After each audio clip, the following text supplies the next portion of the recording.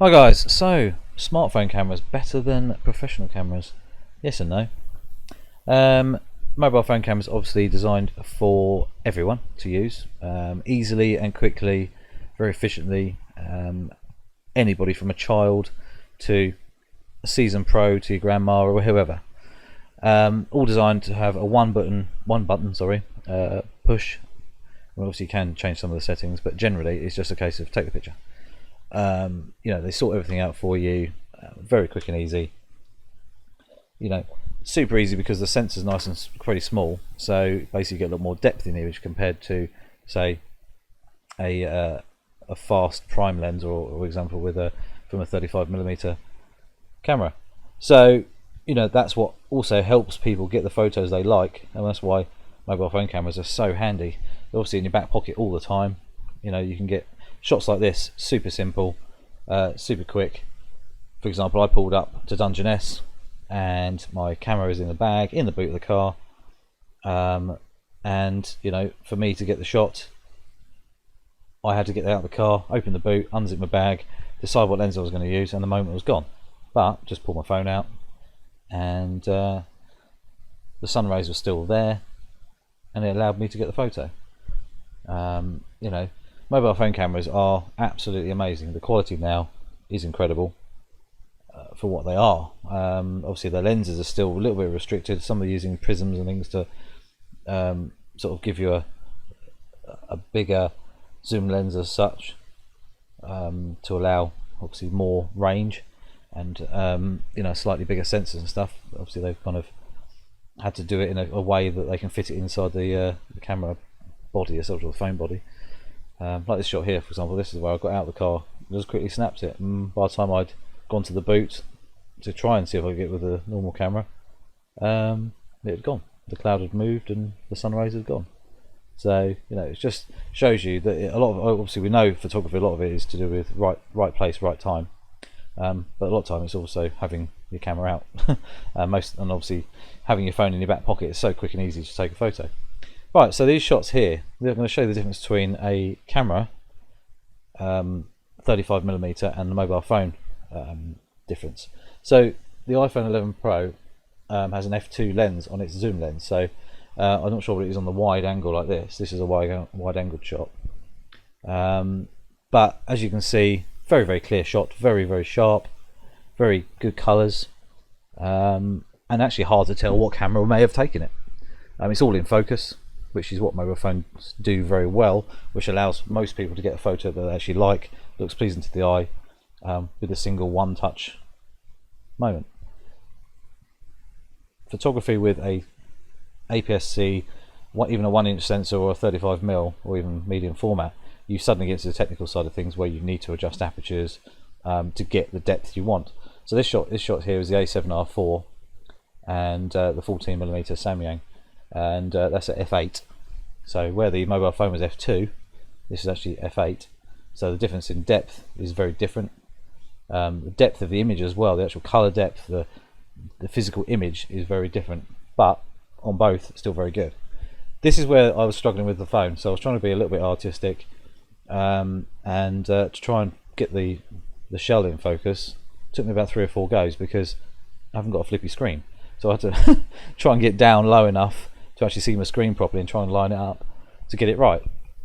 So that was one hard part of it, and I thought I'd use the zoom lens on the iPhone 11 Pro to show you the difference between depth compared to an f2 lens and an f2.8 full frame camera lens, which is actually a 14mm.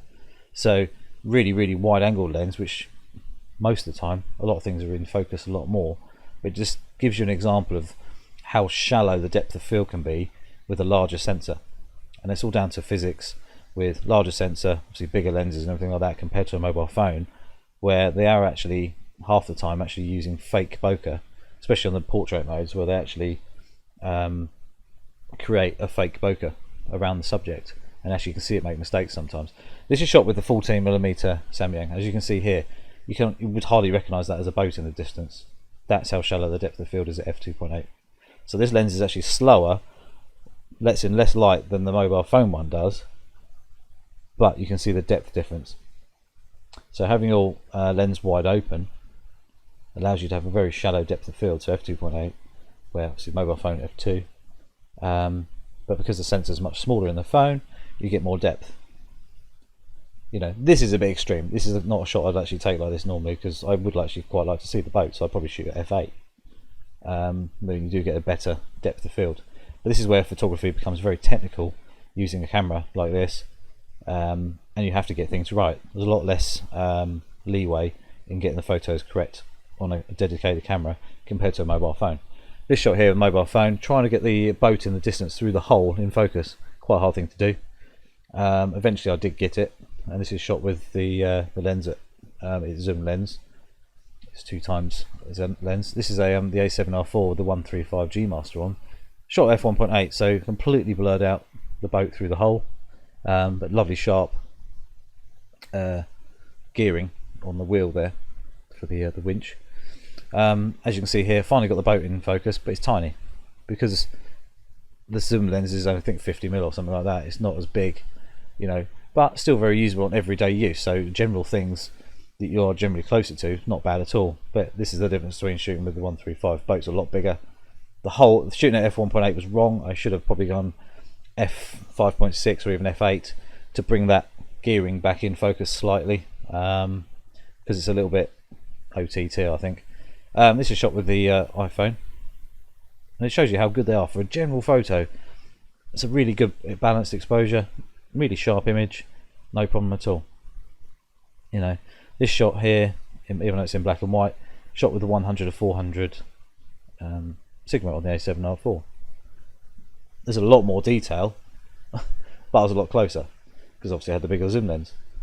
But you've got to take a big bag with you, you've got to carry stuff with you, and you know, that's the difference between the mobile phones now and, you know, utilizing a full frame camera, for example, you know, or APS-C. You've still got to carry multiple lenses with you, unless you're using something like a 24-70 or even a 24 to, I think it's 24 to 200 or something like that you can get, or even if you're using the RX10 Mark IV, which is a 28-600, sorry, 24-600.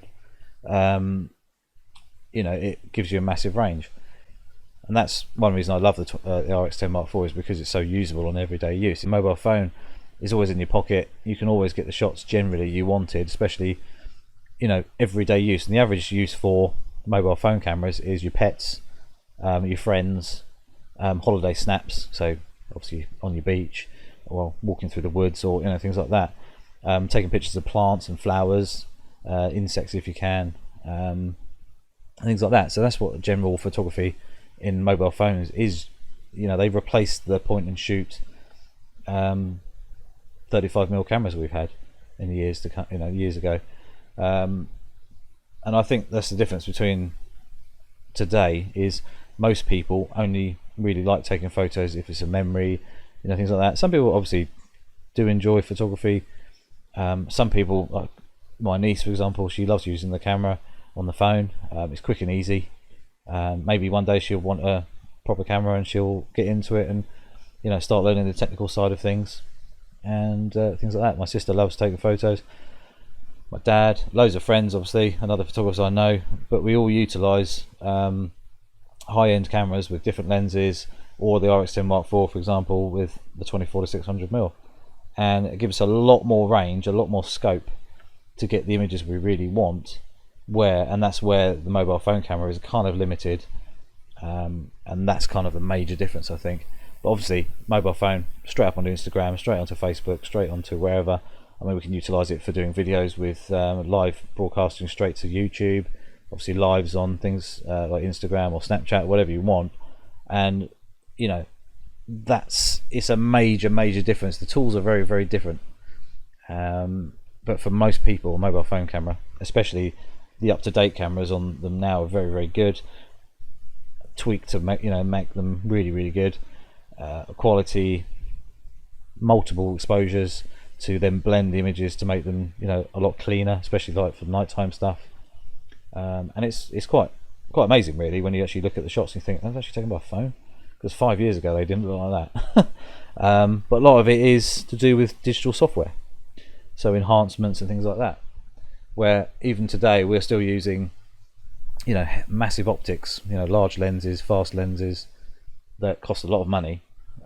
Obviously larger sensors on the other cameras, and you know, but for me that will never go. I will always head towards the, you know, the dedicated camera, whatever I'm using, over a phone, generally. But the times I do pick the phone is actually when I've been out for the day. So if I'm doing the YouTube channel videos and stuff like that, I will actually take quite a few snaps of places I've been, just because it's quick and easy.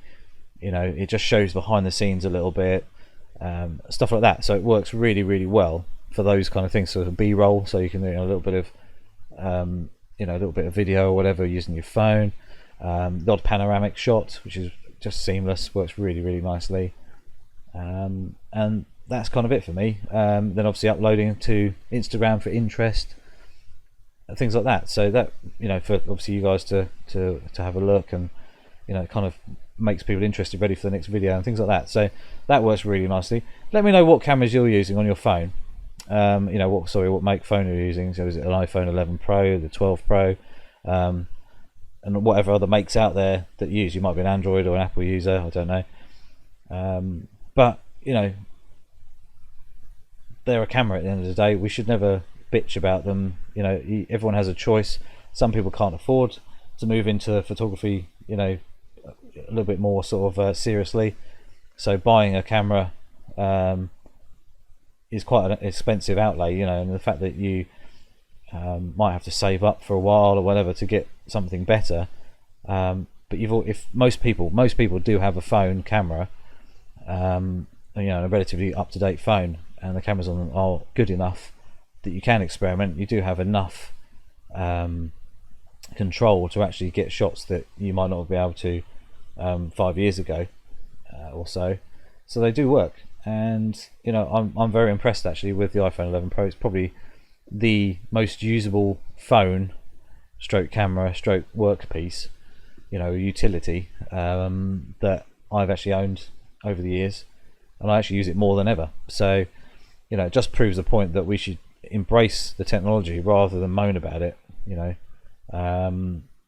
But, you know, back to the actual original question, mobile phone cameras aren't better than the professional kit. They're just different, and that's my view. But utilizing them both together creates an amazing package of, you know, efficiency and, you know, usability. So, you know, it's just one of those things we need to embrace and actually just look forward, and, you know, they're going to get better. But there also are other cameras are going to get better, even though they're amazing now. So, alright guys, let me know what you use, what cameras you use, as in, like, you know, if you're a Sony user, the A7R4 for example, and what phone you use, and what do you use them for. So do you use them for professional shooting, you know, like myself? Do you use them for behind the scenes, this and the other? Or do you just shoot with a mobile phone? There's nothing wrong with that whatsoever. Absolutely, you know, some people just love going out for walks, snapping nature, you know, capturing things that honestly we would probably miss with our professional cameras, because by the time we've changed the lens or whatever, or got it out of the bag, we've probably missed the moment. So that's where the mobile phones really, really do come into play sometimes. But yeah, anyway, so don't forget to click the subscribe button. Just thought it was an interesting subject. I know we talked about loads of things like this before. There's loads of other people talking about it. But yeah, don't forget to click the subscribe button, little notification bell as well. And obviously please click on some other videos and have a look, see what else I've been up to. And don't forget to follow me on Instagram, which is sjm.photos. And I shall see you soon. Have a good Christmas, everyone, if you don't see another video. But that's it.